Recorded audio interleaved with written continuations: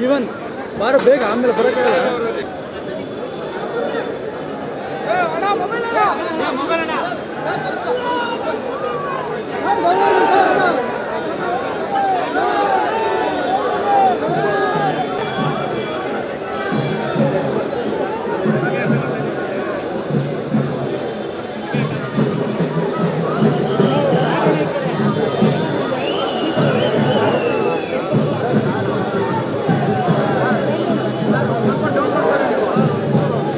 ಪದವೀಧರ ಕ್ಷೇತ್ರದ ಚುನಾವಣೆಯ ನಾಮಪತ್ರ ಸಲ್ಲಿಕೆ ಕಾರ್ಯಕ್ರಮಕ್ಕೆ ಇವತ್ತು ಈ ರಾಜ್ಯದ ಮುಖ್ಯಮಂತ್ರಿಗಳು, ನಮ್ಮ ನೆಚ್ಚಿನ ನಾಯಕರಾದ ಸನ್ಮಾನ್ಯ ಸಿದ್ದರಾಮಯ್ಯ ಸಾಹೇಬರು, ಅದೇ ರೀತಿಯಾಗಿ ಕರ್ನಾಟಕ ಪ್ರದೇಶ ಕಾಂಗ್ರೆಸ್ ಸಮಿತಿಯ ಅಧ್ಯಕ್ಷರು, ಈ ರಾಜ್ಯದ ಉಪಮುಖ್ಯಮಂತ್ರಿ ಸನ್ಮಾನ್ಯ ಡಿ ಕೆ ಶಿವಕುಮಾರ್ ಅವರು, ಮಾನ್ಯ ಮಂತ್ರಿಗಳಾದ ಸನ್ಮಾನ್ಯ ರಾಮಲಿಂಗಾರೆಡ್ಡಿ ಅವರು, ಕೆ ಎಚ್ ಮುನಿಯಪ್ಪ ಅವರು ಮತ್ತು ಮಧು ಬಂಗಾರಪ್ಪ ಅವರ ಜೊತೆಯಲ್ಲಿ ಈ ಭಾಗದ ನಮ್ಮ ನೆಚ್ಚಿನ ನಾಯಕರ ಲೋಕಸಭಾ ಸದಸ್ಯ ಡಿ ಕೆ ಸುರೇಶ್ ಅವರು, ನಮ್ಮ ನೆಚ್ಚಿನ ಶಿಕ್ಷಕರ ಮಿತ್ರ ಆಗಿರ್ತಕ್ಕಂಥ ಪುಟ್ಟಣ್ಣ ಅವರು, ಈ ಭಾಗದ ಎಲ್ಲ ಶಾಸಕರು, ಅದೇ ರೀತಿಯಾಗಿ ಮಾಜಿ ಮಂತ್ರಿಗಳು ಮತ್ತು ಮಾಜಿ ಶಾಸಕರು ಎಲ್ಲರೂ ಬಂದು ನನಗೆ ಇವತ್ತು ಬೆಂಬಲವನ್ನು ಕೊಟ್ಟಿದ್ದಾರೆ.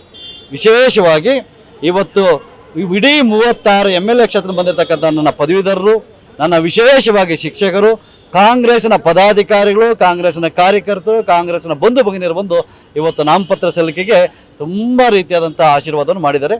ಅದು ತುಂಬ ಸಂತೋಷ ಆಗಿದೆ. ವಿವಿಧ ಮೂಲೆಗಳಿಂದ ಬಂದಿರತಕ್ಕಂಥ ಎಲ್ಲರಿಗೂ ಸಹ ತುಂಬ ಹೃದಯದ ಧನ್ಯವಾದಗಳನ್ನು ತಮ್ಮ ಮುಖಾಂತರ ತಿಳಿಸಕ್ಕೆ ಇಷ್ಟಪಡ್ತೀನಿ. ಕಾಂಗ್ರೆಸ್ ಪಕ್ಷ ಈಗ ಆಲ್ರೆಡಿ ಅಧಿಕಾರದಲ್ಲಿದೆ. ಈ ಸಮಯದಲ್ಲಿ ತಮಗೂ ಕೂಡ ಎಷ್ಟು ಮಟ್ಟಿಗೆ ಸಹಕಾರಿ ಆಗುತ್ತೆ ಈ ಸಮಯದಲ್ಲಿ? ಈಗ ಒಂದು ಯಾರೇ ಆಗಲಿ ಏನೇ ಒಂದು ಮತ ಹಾಕುವಾಗ ಮತ್ತು ಇದುವಾಗ ವ್ಯಕ್ತಿಯನ್ನು ನೋಡ್ತಾರೆ, ಮತ್ತು ಏನು ಇವನಿಂದ ಸಹಾಯ ಆಗುತ್ತೆ ಅಂತ ಯೋಚನೆ ಮಾಡ್ತಾರೆ. ಏನು ನಮಗೆ ಸಮಾಜಕ್ಕೆ ಏನಾಗುತ್ತೆ, ರಾಜ್ಯಕ್ಕೆ ಏನಾಗುತ್ತೆ, ನನಗೇನಾಗುತ್ತೆ ಅಂತ ನೋಡ್ತಾರೆ. ಆವಾಗ ಯಾರಿಗೋ ಮತವನ್ನು ಕೊಟ್ಟು ಹಿಂದೆ ಯಾರು ಈ ಚುನಾವಣೆಯಲ್ಲಿ ಸ್ಪರ್ಧೆ ಮಾಡಿದ್ರು ಅವ್ರ ಹೆಸರೇ ಗೊತ್ತಿಲ್ಲ, ಏನು ಕೆಲಸ ಮಾಡಿರೋ ಗೊತ್ತಿಲ್ಲ. ಹಾಗಾಗಿ ಯಾಕೆ ಅವ್ರಿಗೆ ಕೊಡಬೇಕು?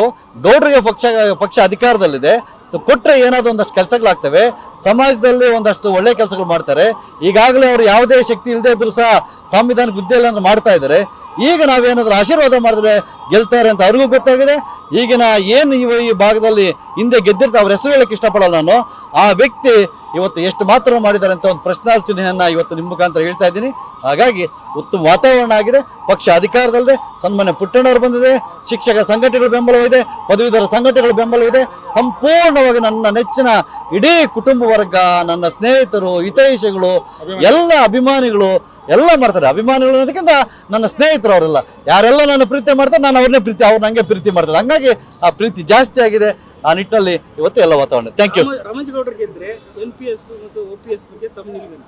ಈಗಾಗಲೇ NPSನ ನಾವು ಚುನಾವಣಾ ಪ್ರಣಾಳಿಕೆ ಮೊದಲೇ ಸಹ ಇದನ್ನು ಸೇರಿಸಬೇಕು ಅಂತೇಳಿ ಸುಮಾರು 5-6 ಸಭೆಗಳನ್ನು ನಾನು ಸನ್ಮಾನ್ಯ ಮುಖ್ಯಮಂತ್ರಿಗಳು, ಸನ್ಮಾನ್ಯ ಡಿ ಕೆ ಶಿವಕುಮಾರ್ ಅವರು, ಆದರೆ ಕೊನೆಯ ಮೀಟಿಂಗನ್ನು ಸನ್ಮಾನ್ಯ ಡಿ ಕೆ ಶಿವಕುಮಾರ್ ಮನೆಯಲ್ಲಿ ನಮ್ಮ ರಾಜ್ಯದ ಉಸ್ತುವಾರಿ ಸುರ್ಜೇವಾಲ ಅವರ ನೇತೃತ್ವದಲ್ಲಿ ಒಂದು ಸಭೆಯನ್ನು ಮಾಡಿದ್ವಿ.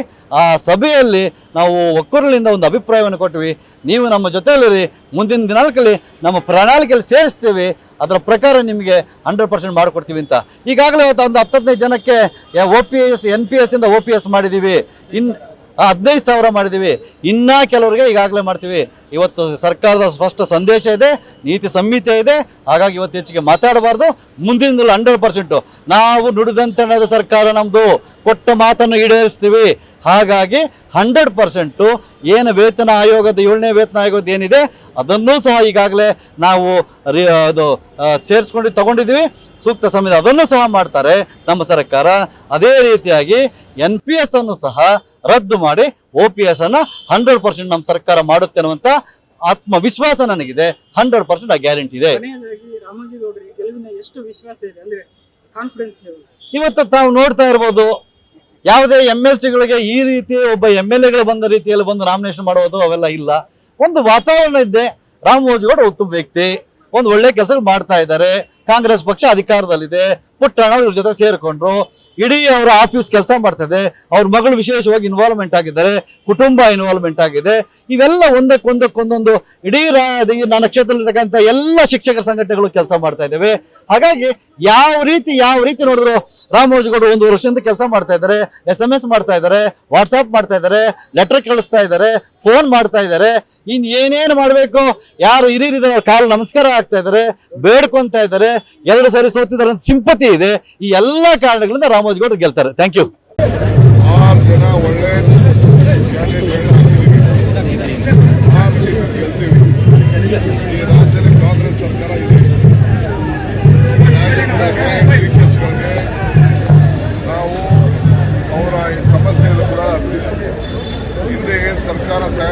ಆಗಿಲ್ಲ. BJP ಸರ್ಕಾರ ಎಲ್ಲ ಕೂಡ ನಮ್ಮ ಹತ್ರ ಪರಿಹಾರ ಇದೆ. ಈಗಾಗಲೇ ನಾವು ಅನೇಕ ಅವರ ಬದುಕಿನ ಬಗ್ಗೆ, ಅವರ ವೃತ್ತಿ ಬಗ್ಗೆ ನಾವೆಲ್ಲ ಈಗಾಗಲೇ ಅನೇಕ ಕಾರ್ಯಕ್ರಮಗಳನ್ನು ರೂಪಿಸಿದ್ದೇವೆ. ಅನೇಕ ವಿಚಾರಗಳನ್ನು ನಮ್ಮ ಮ್ಯಾನಿಫೆಸ್ಟೋದಲ್ಲಿ ನಾವು ಹೇಳಿದ್ದೇವೆ. NAP ವಿಚಾರ ಇರ್ಬೋದು, ನ್ಯಾಷನಲ್ ಎಜುಕೇಷನ್ ಪಾಲಿಸಿ, ಎಲ್ಲ ವಿಚಾರ ನಮ್ಮ ಮ್ಯಾನಿಫೆಸ್ಟೋದಲ್ಲಿ ನಾವು ಏನು ಹೇಳಬೇಕು ಅಂತೆಲ್ಲ ಹೇಳಿದ್ದೇವೆ. ಏನು ಹೇಳಬೇಕು ಎಲ್ಲ ಹೇಳಿದ್ದೀವಿ ನಾವು. ಸೊ ಅದಕ್ಕೆ ಅವ್ರಿಗೆ ಕೆಲಸ ಆಗಬೇಕು, ಕೆಲಸದ ಜವಾಬ್ದಾರಿ ನಮ್ಮದು. ವೋಟ್ ಹಾಕಿ ನಾವು ನಮ್ಗೆ ಅವ್ರ ಮೇಲೆ ವಿಶ್ವಾಸ ಇದೆ. ಈ ಯುವಕರು ಗ್ರಾಜ್ಯುಯೇಟ್ಸ್, ಅನ್ಎಂಪ್ಲಾಯ್ಡ್ ಅವರೆಲ್ಲ ನಾವು ಸಹಕಾರ ಕೊಡ್ತೀವಿ. BJP ಕೊಟ್ರ ಏನು ಕೊಟ್ಟಿಲ್ಲ, ಶಿಕ್ಷಕರು ಏನು ಕೊಟ್ರ ಏನು. ಅದಕ್ಕೆ ಇಡೀ ರಾಜ್ಯದಲ್ಲಿ ಹೆಂಗೆ ನಮ್ಮ ಪ್ರಕಾಶ್ ಹುಕ್ಕೇರಿ ಮತ್ತು ಮಧುಮಾದಿಗಳು ಗೆದ್ದರು, ಹಂಗೆ 6 ಜನ ನಾವು ಯಾವ ಗೆದ್ದಿಲ್ಲ. ಇಲ್ಲಿ ಇವತ್ತು ಎಲ್ಲ ಅಭ್ಯರ್ಥಿಗಳಿಗೂ ಕೂಡ ನಮ್ಮ ಅಭ್ಯರ್ಥಿಗಳು ಗೆಲ್ತಾರೆ. ನೋಡಿ, ಏಕನಾಥ್ ಶಿಂದೆ ಅವರು ಸದ್ಯ ಅವ್ರ ಸರ್ಕಾರ ಎಲೆಕ್ಷನ್ ಆದಮೇಲೆ ಅವ್ರ ಸರ್ಕಾರದೇ ಅವ್ರ ಡೌಟ್ ಇದೆ. ಅವ್ರ ಸರ್ಕಾರ ಉಳ್ಕೊಳ್ಳೋದೇ ಏನು ಏಕನಾಥ್ ಶಿಂದೆ ಸರ್ಕಾರ ಇದೆಯಲ್ಲ, ಅವ್ರ ಸರ್ಕಾರ ಇರೋದೇ ಡೌಟ್ ಇದೆ. ಈಗ ಮೋದಿ ಸಾಹೇಬರು ಯಾಕೆ ಉದ್ಧವ್ ಠಾಕ್ರೆ ಬಗ್ಗೆ ಮಾತಾಡೋದು? ಉದ್ಧವ್ ಠಾಕ್ರೆ ಅಂದ್ರೆ ಶಕ್ತಿ ಇದೆ ಅಂತ ಇಡೀ ಜನ ಎಲ್ಲ ವಾಪಸ್ ಎಲ್ಲ MLAಗಳೆಲ್ಲ ವಾಪಸ್ಸು ಅವರು ಯೂಟರ್ನ್ ಹಾಕ್ತಾರೆ. NCP ಹೋಗೋರು ವಾಪಸ್ ಯೂಟರ್ನ್ NCP ಹೋಗ್ತಾರೆ, ಶಿವಸೇನಾ ಇದ್ದವರು ವಾಪಸ್ ಶಿವಸೇನಾಗೆ ಹೋಗ್ತಾರೆ. ಸೊ ಮತ್ತೆ ನಮ್ಮ ಸರ್ಕಾರ ಅಲ್ಲಿ ರಚನೆ ಆಗ್ತದೆ. ಸರ್, ಈಗ ಶಿಂದೆ ಮಾಡೆಲ್ ಆಪರೇಷನ್ ಅಂದ್ರೆ ಕಾಂಗ್ರೆಸ್ ಒಳಗಿನ ಶಿಂದೆ ಯಾರಾದ್ರೂ ಇದಾರೆ ಅಂತ ಅವ್ರು ಗುರುತಿಸ್ತಿದಾರ ಅಂತ? ಕಾಂಗ್ರೆಸ್ ಒಳಗಡೆ ಯಾರು ಶಿಂದೆ ಇದಾರ ಇಲ್ಲಿ ಅಂತ? ಅವ್ರತ್ತ ಇರ್ಬೇಕಷ್ಟೇ. ಆ ಮಾಡೆಲ್ ಅಂದ್ರೆ ಇಲ್ಲಿ ಯಾರು ಇರ್ಬೇಕಲ್ಲ ಆತರ? ಅವ್ರತ್ತ ಇರ್ಬೇಕಷ್ಟೇ. ಇಲ್ಲಿ ಅಂತ ಭಯ ಏನಿಲ್ವಾ ಸರ್? ಯಾರು ಭಯ ಇಲ್ಲ. ಈಗ ಅಲ್ಲಿ ಮಹಾರಾಷ್ಟ್ರ ಸರ್ಕಾರ, I am telling on record, Maharashtra ಸರ್ಕಾರ after this parliament election lose its strength. All the MLAs of Shiv Sena, original Shiv Sena, NCP will go back with the Congress again. They will be joined and there will be government again. That is why they are afraid. ನನಗೆ ಇರ್ತಕ್ಕಂಥ ಮಾಹಿತಿ ಪ್ರಕಾರ ಎರಡೂ ಕ್ಷೇತ್ರಗಳಲ್ಲಿ ನಮ್ಮ ಅಭ್ಯರ್ಥಿಗಳು ಗೆಲ್ತಾರೆ. ಪದವೀಧರ ಕ್ಷೇತ್ರದಿಂದ ರಾಮೋಜಿಗೌಡ ಗೆಲ್ತಾರೆ ಮತ್ತು ಶಿಕ್ಷಕರ ಕ್ಷೇತ್ರದಿಂದ ಶ್ರೀನಿವಾಸ್ ಅವರು ಕೂಡ ಯಾಕಂತಂದರೆ ಈ ಸಾರಿ ನಾವು 6 ತಿಂಗಳು ಮುಂಚಿತವಾಗಿ ಅಭ್ಯರ್ಥಿಗಳನ್ನು ಘೋಷಣೆ ಮಾಡಿದ್ದು. ಅವರು ಈಗಾಗಲೇ ಎಲ್ಲ ಮತದಾರರನ್ನ ಭೇಟಿ ಮಾಡಿದ್ದಾರೆ, ಮತದಾರರ ಜೊತೆಯಲ್ಲಿ ಮನವಿ ಮಾಡ್ಕೊಂಡಿದ್ದಾರೆ. ಮತ್ತು ಇಬ್ಬರು ಕೂಡ ಸಮರ್ಥ ಅಭ್ಯರ್ಥಿಗಳು. ಶ್ರೀನಿವಾಸ್ ಅವರು ಕೂಡ ಶಿಕ್ಷಕರ ಸಮಸ್ಯೆಗಳನ್ನು ಅರ್ಥ ಮಾಡ್ತಾರೆ, ಶಿಕ್ಷಕರ ಧ್ವನಿಯಾಗಿ ಕೆಲಸ ಮಾಡತಕ್ಕಂಥ ಸಾಮರ್ಥ್ಯ ಇರ್ತದೆ. ಆಮೇಲೆ ರಾಮೋಜಿಗೌಡ ಅವರು ಕೂಡ ಶಿಕ್ಷಕರಾಗಿ ಕೆಲಸ ಮಾಡಿದಂಥವರು,